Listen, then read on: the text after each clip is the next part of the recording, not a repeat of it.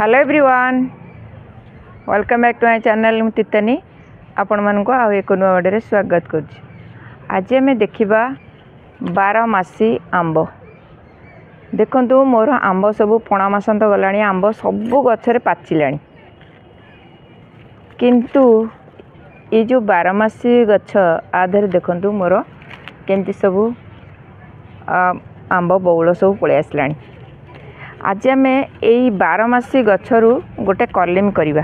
देखो मुझे पत्र काटी देइथली यही डालू आम कलिम करवा। देखो तार टिके उपरे गोटे ब्रांच आसला, 2-3टा ब्रांच आइला। मुझे 2-3 दिन हम ये पत्र अग काटी देइथली।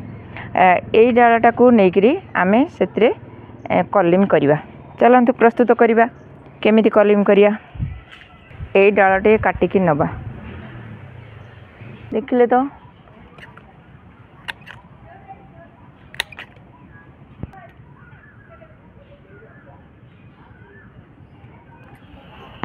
आपको बर्तमान तेरछा कट कर नवा। एपटू सेपटू एमती काटिकी भी कट करदवा।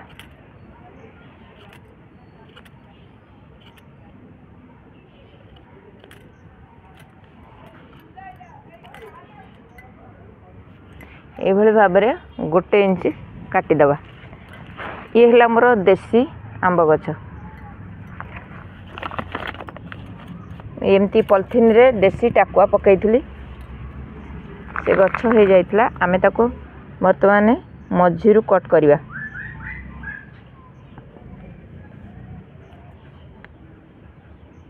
ये भाव में मझीरु कट करियो। जेतेबेले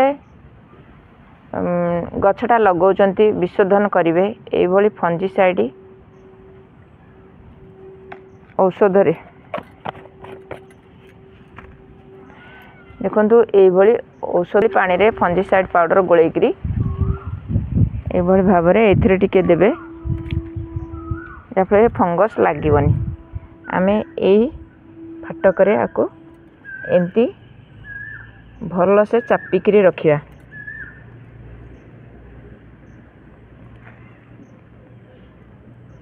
पूरा सेट होकरी जमती रोथो रहीगला। तापरे आमे पूरा जाम दे बांधी दवा एमती जमती एयर न नव।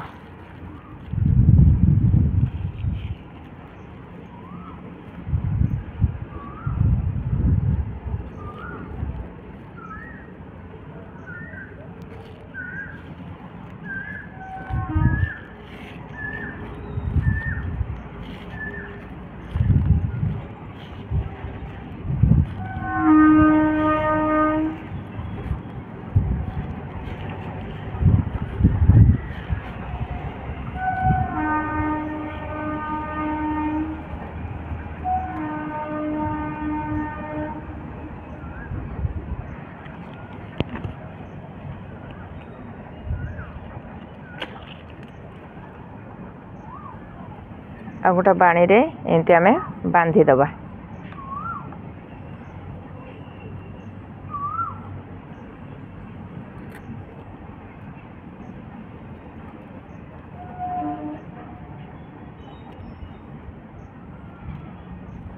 छोट पानी हेले बहुत बढ़िया।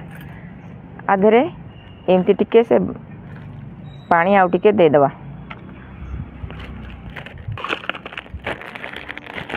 एमती धूप जरी थिबो एभल भाव में आपको भल से बांधी दबा। एमती गोटे जरी आपको बांधी दबा। आपको गोटे छाई जगार नहीं रखीदबा 20-25 दिन पर्यंत।